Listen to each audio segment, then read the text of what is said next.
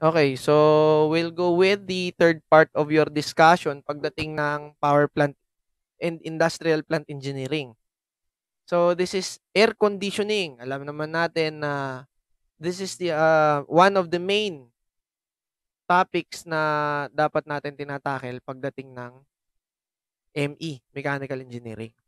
So the problems here are just review na lang ng air conditioning and refrigeration. And I have here the formula summary that will be available for you after yung discussion natin.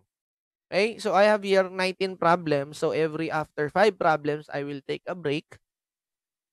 So let's go with the problems. Pero a bit of discussion muna to refresh you. Okay? Pagdating ng air conditioning and refrigeration, ang pinag-uusapan lang naman natin dyan, mostly, yung temperatures of the air, ano po ba yung mga meron sa temperature ng air? Doon kasi natin kinukuha yung values nung ating vapor. So, number one, yung air natin meron niyang mga different types of temperature. Meron ka diyang dry bulb, wet bulb, dew point. Where you can get yung kanilang mga pressures. Saturation pressures nila will be equal to different parameters na ginagamit natin pagdating ng air conditioning. Okay? Dito naman sa formula na ibigay ko na lahat yan at sinamary ko na. And habang sinosolve natin yung mga problems, magagamit natin yung mga formula na nandito. Now, I will refresh you with quite numbers, quite numbers ng ano ng mga notable values. So number one, tignan natin dito. So I have here, pag vapor,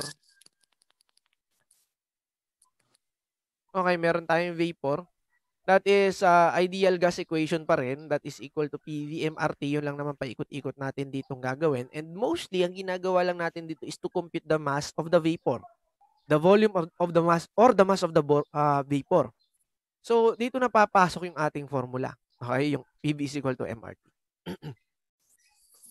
And commonly, ang measure ng ating mass is in pounds.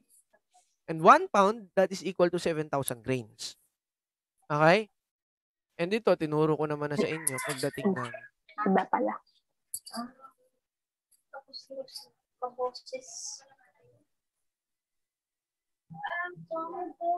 tinuro ko na sa inyo yan pagdating ng thermodynamics. So, yung R-bar. So, that yung is 0.27. Okay? And then, yung R ng vapor, ito na lang tatandaan nyo, 0.4615. Lagi nyo tatandaan to pag air conditioning, hindi dapat mawawala itong value na to. Okay? And then for the molecular weight of the air, naglalaro yan from 28 to 29, pero mostly ang ginagamit natin is 29. To be exact, 28.89. And the mass of the vapor, molecular weight of the vapor, that is 18. Okay? Now, yung pagdating naman ng refrigeration, punta tayo dito. Okay, ito naman tuturo ko sa inyo isa-isa yan. Okay, punta tayo sa refrigeration. Yung constants used in refrigeration, 1 torr. Torricelli, sir, no. That is tons of refrigerant. Okay? So, 1 torr is equal to 3.5167 kilowatts, 4.716 HP, 12,000 BTU per hour, or equal to 200 BTU per minute. So, dito ko ginagamit yung 1 ton. This is 1 short ton. Okay? 1 short ton is equal to 2,000 pounds or equal to 907 kilograms. So, pag tinanong ka naman dito, sir, okay, may mga tatanong sa iyo dyan. Ang efficiency ng inyong refrigeration, that is measured in COP. Okay? Nasaan ba dito yan? COP is equal to, saan po ba equal yung COP, sir? The COP is equal to, yung coefficient of performance, di ba? Yan yung efficiency of the system. So, that is work of compressor divided by QA. Ayan yun. That is COP. Ayan. Dito naman, QA over work net or the work of the compressor. Kapag heat pump, okay? And then, kapag EER naman po, that is 3.412 COP. Ngayon, merong types of problems na tatanungin ka ng HP per ton.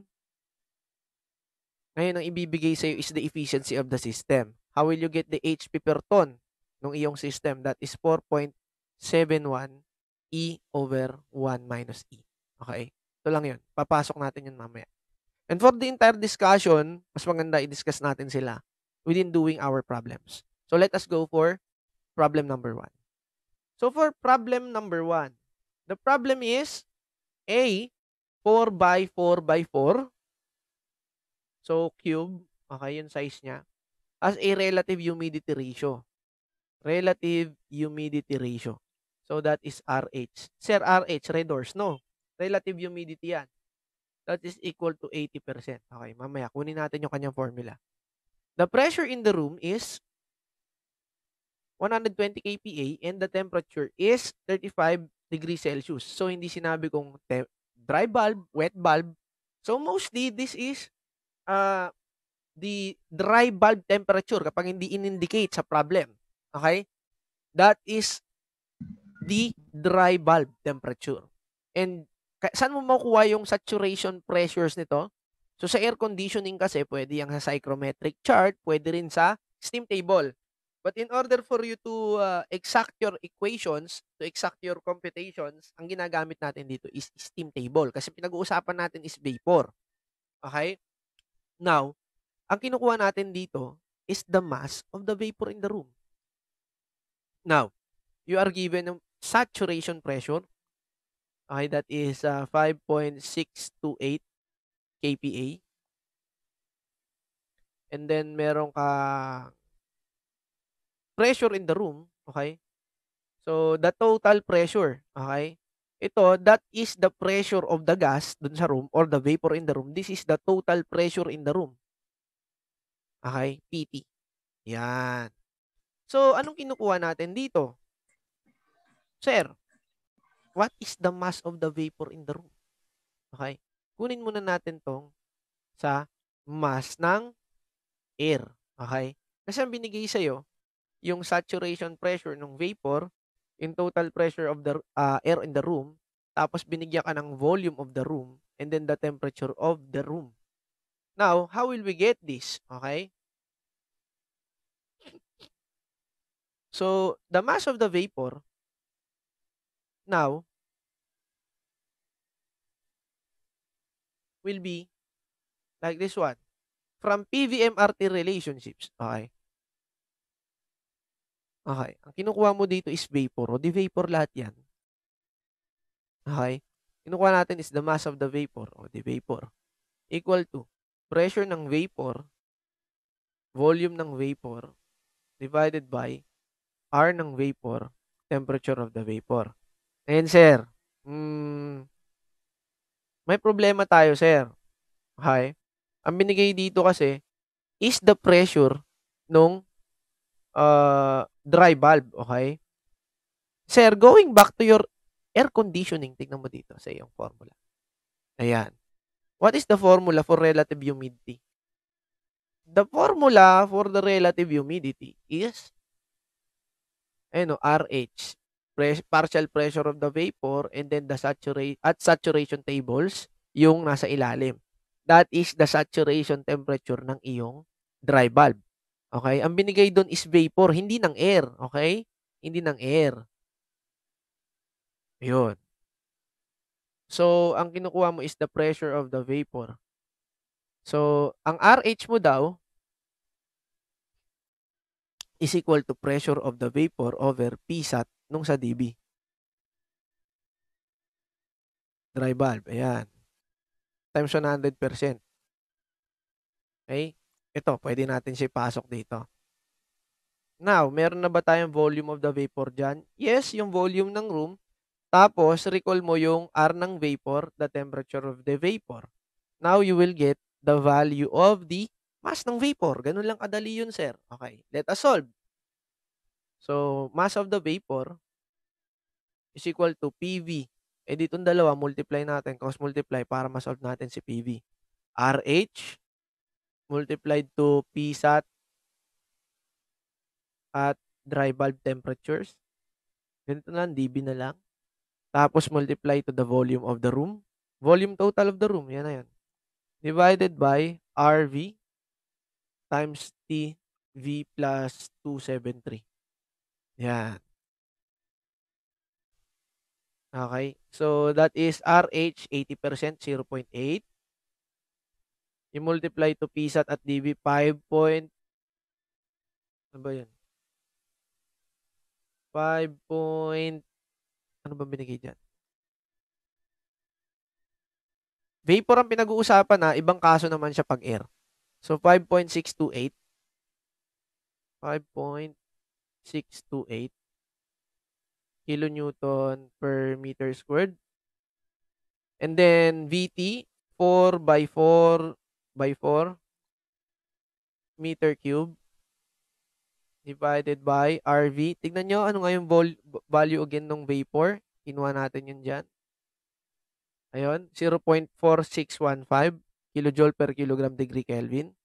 Rekta na kagad. 0.4615 kilojoule per kilogram degree Kelvin. Tapos, temperature niya, that is 35 plus 273 degree Kelvin. Now, we cancel all the same units. Kelvin, meter cube, meter, kilonewton, kilojoule, kilonewton, meter. Cancel dito and matitira kilogram. So, that is kilogram vapor. Okay? Kasi vapor ito kinuha eh. Yan. So, 0.8 times 5.628 times 4 cube 0.4615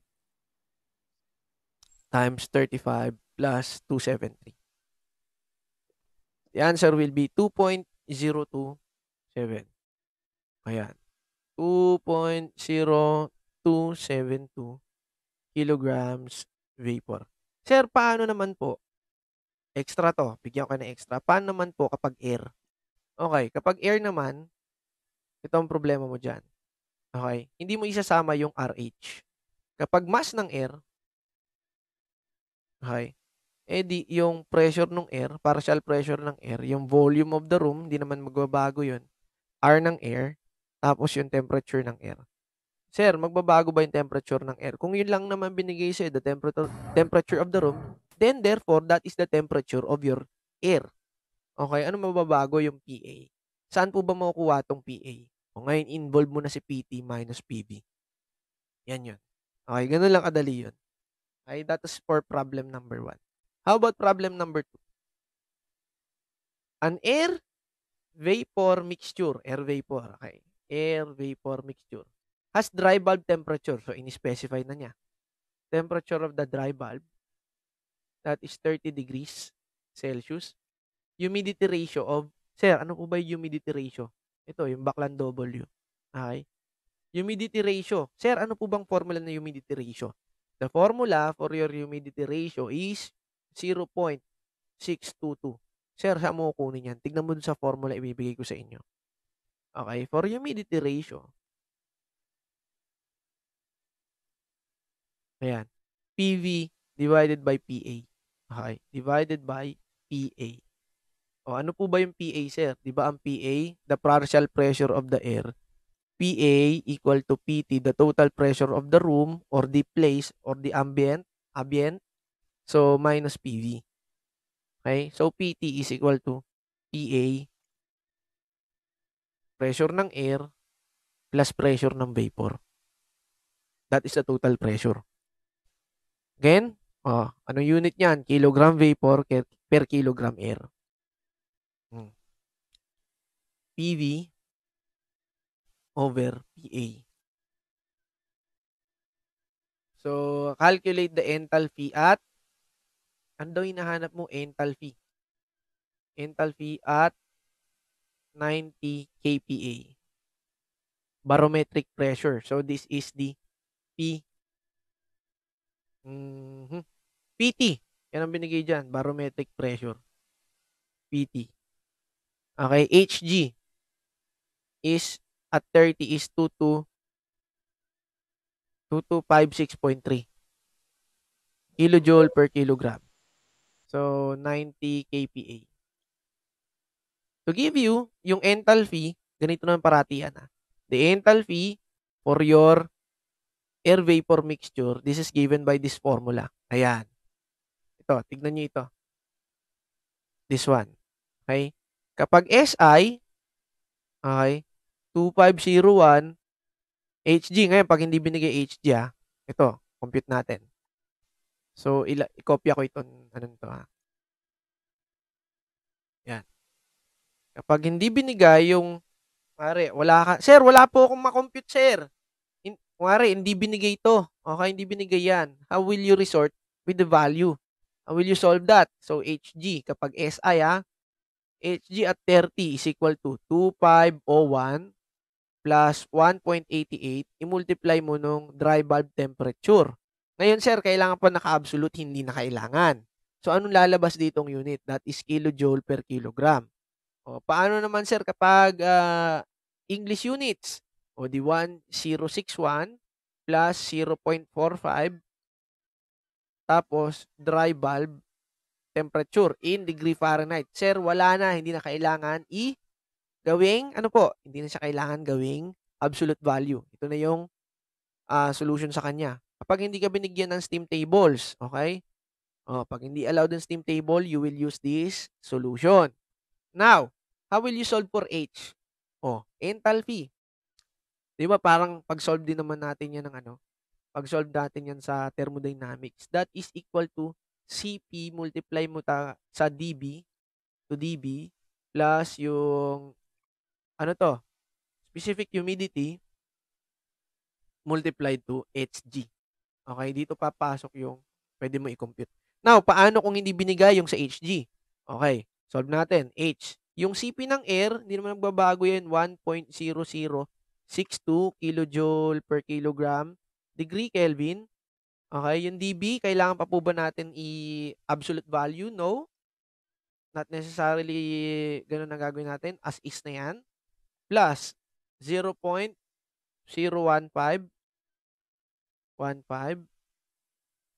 kilogram vapor, kilogram air. Okay, multiplied to. Kaya natin. 2501.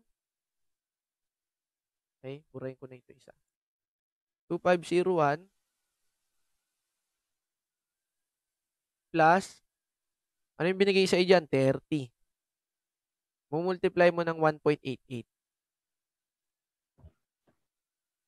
Di ang labas din yan, kilojoule per kilogram. So, the H will be, solve natin. Kung hindi binigay yung yung Hg. Pero pwede mo naman solve yan 2501 plus 30 times 1.88. Tignan nyo, malapit lang ang value. 2557.4 ang binigay dyan. Ayun, 2556.3. Diba? 1 lang ang difference. So, pwede mong gamitin ito. Okay? Plus na natin. Multiply natin 0.015. Plus 30 times 1.0062. Sir, sa board exam, kahit 1 na lang yan. Yes, pwedeng ganun sa board exam. Okay? So, that will be the H, enthalpy, 68.547 kilojoule per kilogram. Sir, bakit binibigay mo sa amin yung ganyan? Kasi pagdating nyo ng board exam, pwedeng hindi kayo mabigyan ng steam tables, pwedeng hindi kayo mabigyan ng psychrometric chart. So, all you have to do, mano-mano mo isosolve. So, the possibility is very wide for you to answer a certain problem na kailangan ng tables. Hindi mo na kailangan, sir, magreklamo. Ma'am, wala po tayong table. So, you can solve it on your own. Okay? Kaya binibigay ko sa inyo yan. So, let us go to problem number 3. So, this is problem number 3. The mass of an outside air is 50 degrees Celsius in an air conditioning unit is 60 kilograms. Find the temperature after mixing if the outside air is mixed with 40 kilograms with recirculated air at 35 degrees Celsius. So, find the temperature after mixing. I-drawing natin. Mas maganda kasi din drawing to. Okay? Pag meron tayong nag-mix na dalawang parameter, if this is A, this is B, then magre-result yan kay C. Tama? So, meron kang mass A, meron kang mass B, meron kang mass C, which is total. Okay? MA plus MB. Okay. Ngayon, kapag nagkaroon kang temperature mixing, temperature balance, so number 1, energy balance,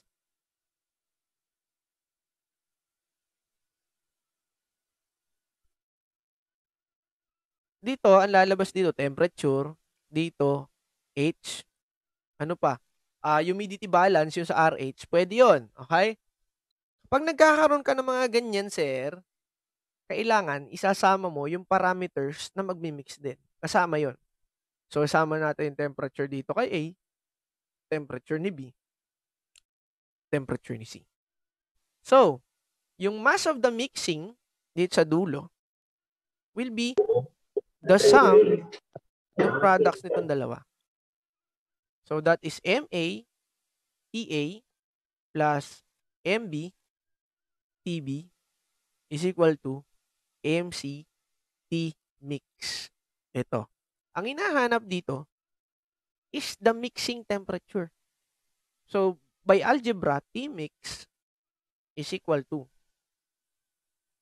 Sir, kailangan pa po ba nating mag-absolute dito? Not necessarily ganun gagawin mo. Pag air conditioning, hindi mo kailangan ni absolute value yung temperatures. Okay? So, MA, TA plus MB, TB over MC. Okay. Solve natin si T-mix. Madali pa ito, di ba? So, 60 kilograms. Temperature ni A, that is 50 degrees Celsius. Plus MB, that is 40 kilograms. Tapos, 35 degrees Celsius. Ano ba yung resulting dito na mass? O di 40 plus 60 kilograms. Ganun lang po. Cancel all the same units. Ang matitira is yung degree Celsius. Okay? So, solve na natin yung temperature after mixing. 60 times 50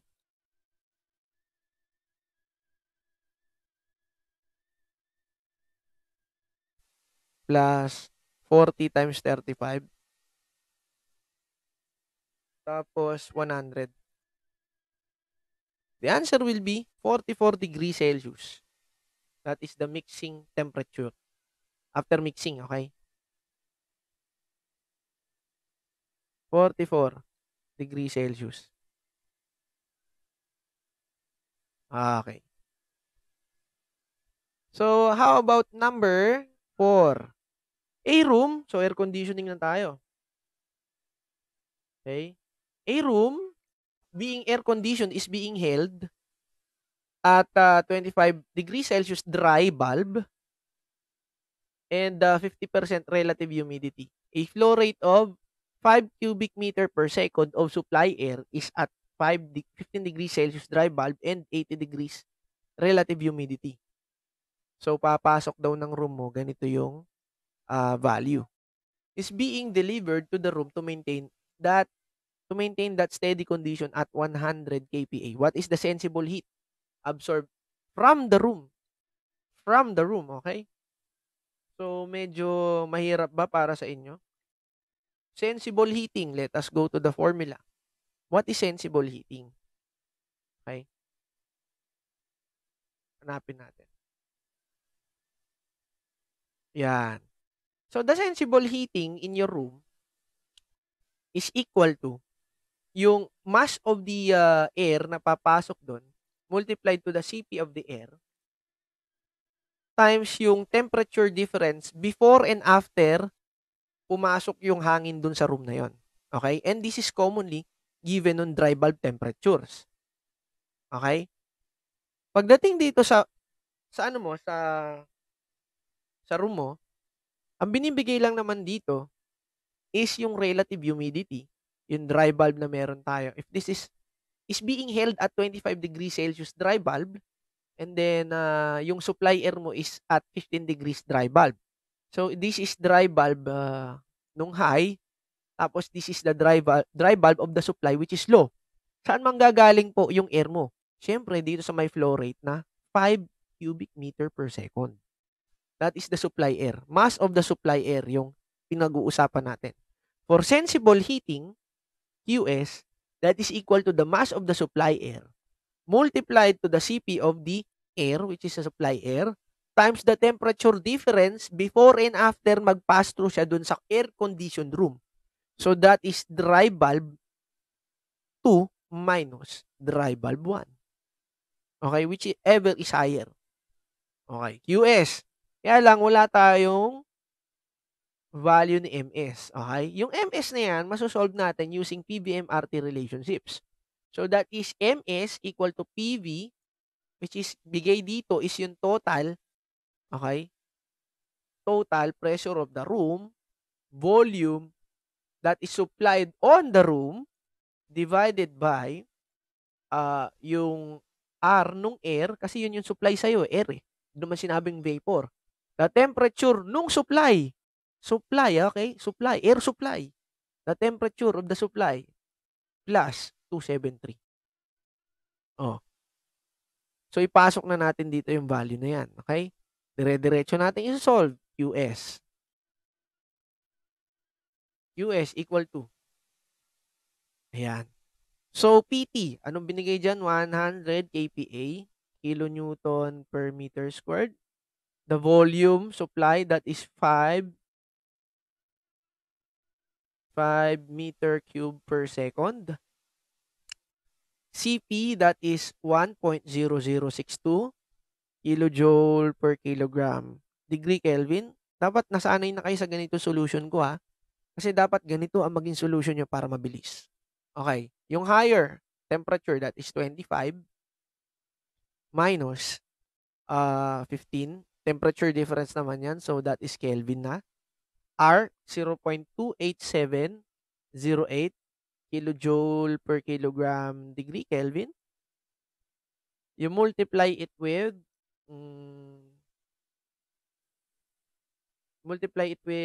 yung supply, which is 15 plus 273 degree Kelvin.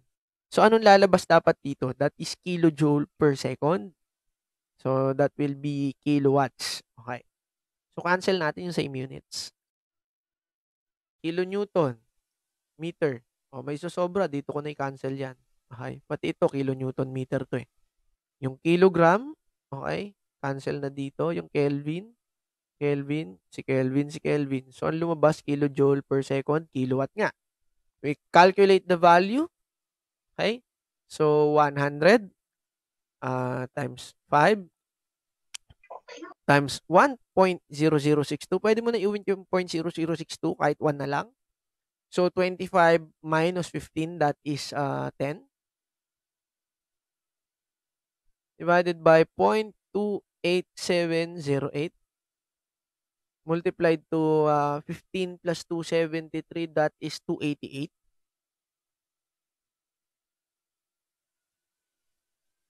Okay. The value for your QS will be 60.85 kilowatts. Okay, ganun lang kadali ang pag-solve sa kanya. So, the total sensible heat load is 60.8498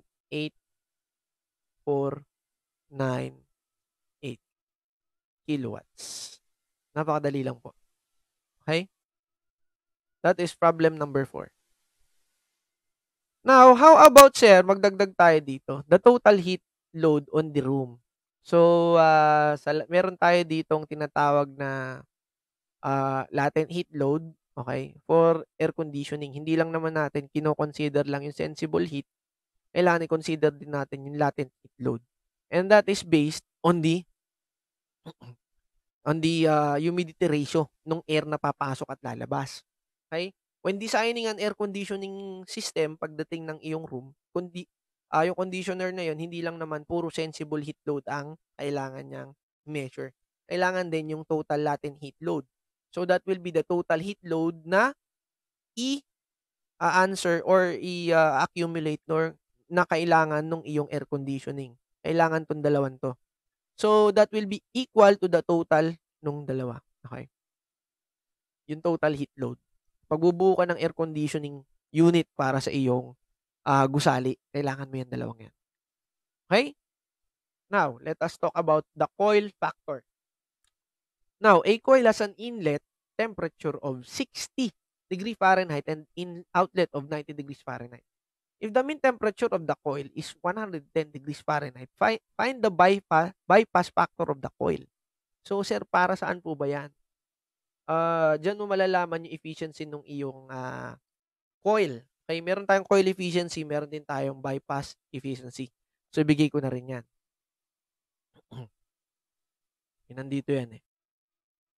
Now, the bypass factor that is equal to the mass of the bypass, kapag meron kang bypass ng sa iyong recirculating, may bypass dyan, recirculating air conditioning, so mass of the bypass divided by the mass of the total. So, pwede mo rin yan equal dun sa temperature, okay? Sa temperature differences nung iyong mean temperature minus yung outlet divided by yung mean temperature minus the inlet temperature.